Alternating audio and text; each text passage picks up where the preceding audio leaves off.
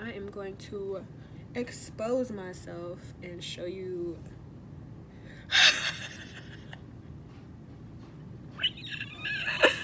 what, why am I like this? But anyways, so you can see like in the front, these suckers are loose, and then I hope you can see this. Hold on, let me try and turn around.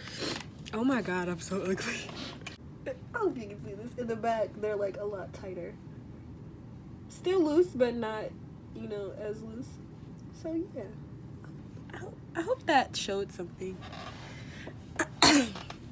But yeah, so I got like 3 different textures in my hair, because it's that back section, which is like, oh, maybe if I do it this way, it's like really tight, like really tight.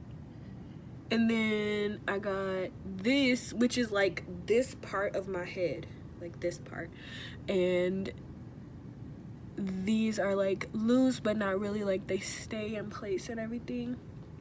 And then I have on the very sides, like, we're struggling to keep the integrity of this coil. Like, it doesn't come out or anything, like it like I didn't last night. I took my bonnet off before I went to sleep because I thought I was gonna be up for a little bit longer.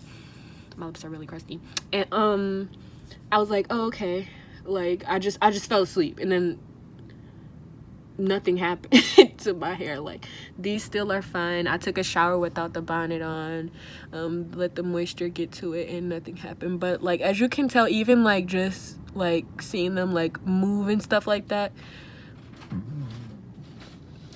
it's so loose that like there's like no hair on the inside. It's just like, it's so weird, and it feels different, you know, than these up here.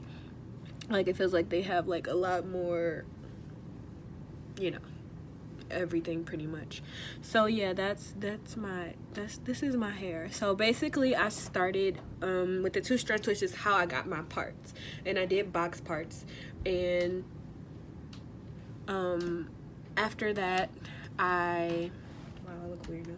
And after I did the box parts, I can't look at myself like this and be okay. Child, the ghetto. Oof, child. Oh my god. I'm probably just gonna clip this out, because what is happening in my life where I felt like this is gonna sustain me? Okay, guys, pop back in there. And now this is my hair.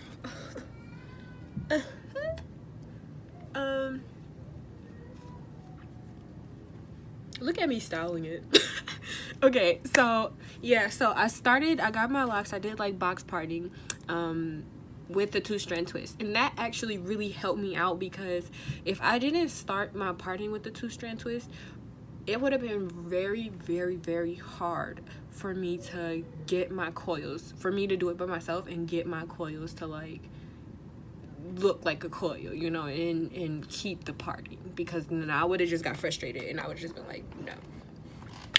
So I started by giving myself a 2-strand twist, and that's how I got my box parting. And then after that, I dunked each one in water, and then I took down the 2-strand twist, and then I used my comb and I just twisted it. I know you probably like want a tutorial or something like that, and honestly I don't think I will do one, because I've already started, you know, the process, and I've had the coils in for maybe like a week now, and I don't want to take a week away from one of my locks because I'm showing. But I may do that in the next video if I'm gonna do my research and stuff like that, and I might not mind having one that's like a week less mature than my other locks. I might not care, but I'm just gonna look it up and make sure that it doesn't ruin the integrity of my hair or anything like that. Things I hope to accomplish with this lock journey is just patience, because I know it's gonna take a really long time for them to bud and lock, and I'm really not caring about like them growing so much as them, like, I care about them growing in the fact that, you know, my hair going to lock up instead of them growing for length. Like, I don't really care for length. I do want to stop the growth, like right where you see this bonnet at is where I want to stop the growth. Like, I want it to be like right here, and I don't want to have any more hair than that, because I do have thicker parts in my hair. My dreads will be thick, and I don't want them to be long and thick, because that's when you experience thinning and stuff like that, because it's too much weight on your scalp. And then you have them in ponytails because it's so thick and it's so long, and you're like, oh my god, I need to put it up. So you put it in a ponytail, you tie it back, you constantly get styled, and then it becomes a problem because you have so much tension on your scalp, and then your dreads fall out. So I don't want that to happen. If I do decide to take my dreads out, I would prefer to do it the combing method, to comb them out instead of to cut them off or anything like that. So I'm just gonna keep them at that length that I want. So I hope that I do well. Things that I know I have to put into my regimen. In 3 weeks I will do my first wash and retwist video, so look out for that. And of course I use oils, the same oils I'm gonna be using on my locks is that the same oils that I've used with my natural hair, simply because it doesn't matter that they are locks, it's still hair, and I still want my hair to be healthy. And what kept my hair healthy was the oils that I used, that I have been using. So I'm not gonna just change it and be like, oh, I'm not gonna use that anymore, I'm gonna use locking oil. Like, I don't want to do that, because unless my hair calls for it, I'm gonna continue to do the same thing as I've been doing. As far as using different conditioners, I'm still gonna be washing my hair every 2 weeks, all that, you know. But aside from this 3 week thing, I think at the 3rd week I'm gonna be like panicked, because I'll wash my hair every 2 weeks, and I don't want to deal with not having my hair cleaned for a full week, but I'm going to have to do that. Other than that, let's see, I talked about medication, I talked about my locks. Since my mood has improved, I'm a little happy cat. I think the next major thing that I should talk about is the fact that I don't work anymore. I don't work at the bank anymore, and I've decided to talk to my significant other about staying at home and just being a homemaker. And right now we live with all that you hear. We live with his family, and they are my family as well, but we live with his family. And so it's not that much of a change of what's been going on, and I've talked to him about it, and surprisingly he was 110% on board, like, okay, do your thing. But I'm going to be going to college. I have not picked a major, and I don't know what to go for, and I'm stressed. Like, I don't know what to do. Like, of course I love to cook, and I love to, write, and I love to do a lot of different things that make me happy at different times. And so I don't know, it's a lot of pressure to know what to pick for the rest of your life. Are you kidding?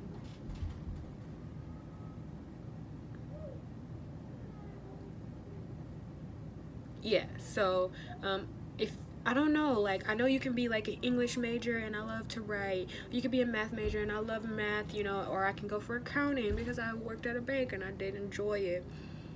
Communications, I can go for any, really anything, but honestly, I don't know. So that's something that I'm dealing with right now. That's kind of the only thing that I'm a little stressed about, is not knowing what to go to college for.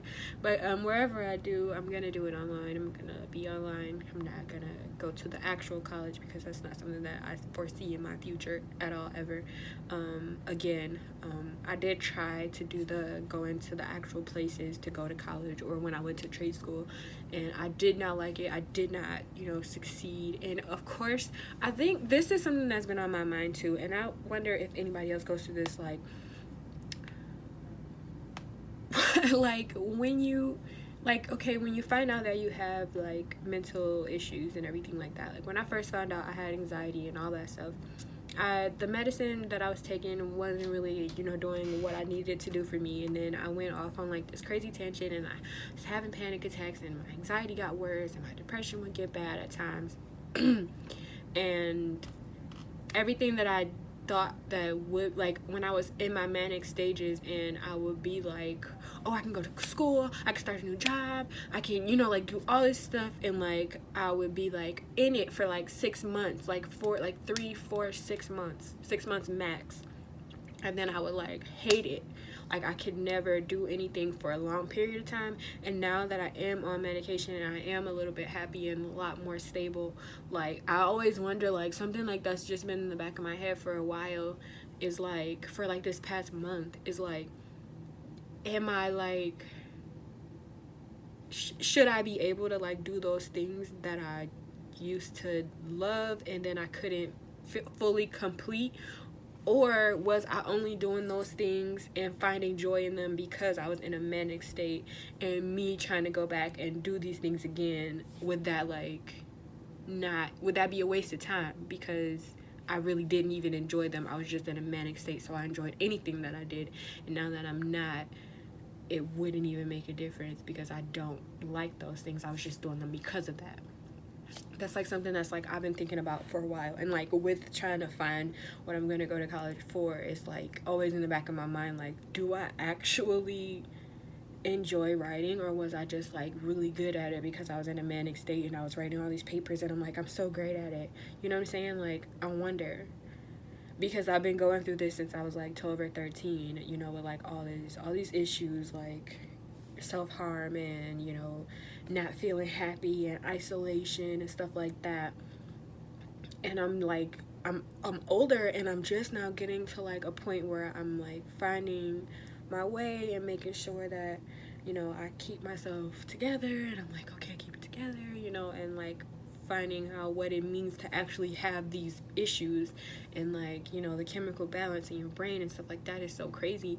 And I wonder all these different things that I probably should have been wondering about like way before. I don't know the answer to that, but I would like to know the answer to that. I wonder like if people are out there just like trying things that they like on medication and like feeling better and trying the things that they used to do when they were in like manic states, and just still like not liking them like from jump though, like knowing that they don't like them.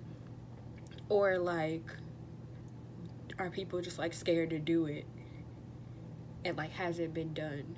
Like, has a study been like, what, you know? I don't know. So yeah, that's pretty much it. Well, I'm at 30 minutes. Okay. I think that's pretty much it as far as, you know, what's to come. So my life journey will be thoroughly updated on here. And, you know, just other like little chit chats, you know, just about life and about how this journey is gonna. Wow, I did not know that was a frame. And about like how this journey is gonna go, and how it makes me feel, and different things that's going on in my life, you know. Thank you for coming to my TED Talk. And yeah, so like, always comment. I really want to have some answers to some of the questions that I asked in this question. What? That I asked in this video. I really want to get a conversation going. I love to talk to you guys. Also,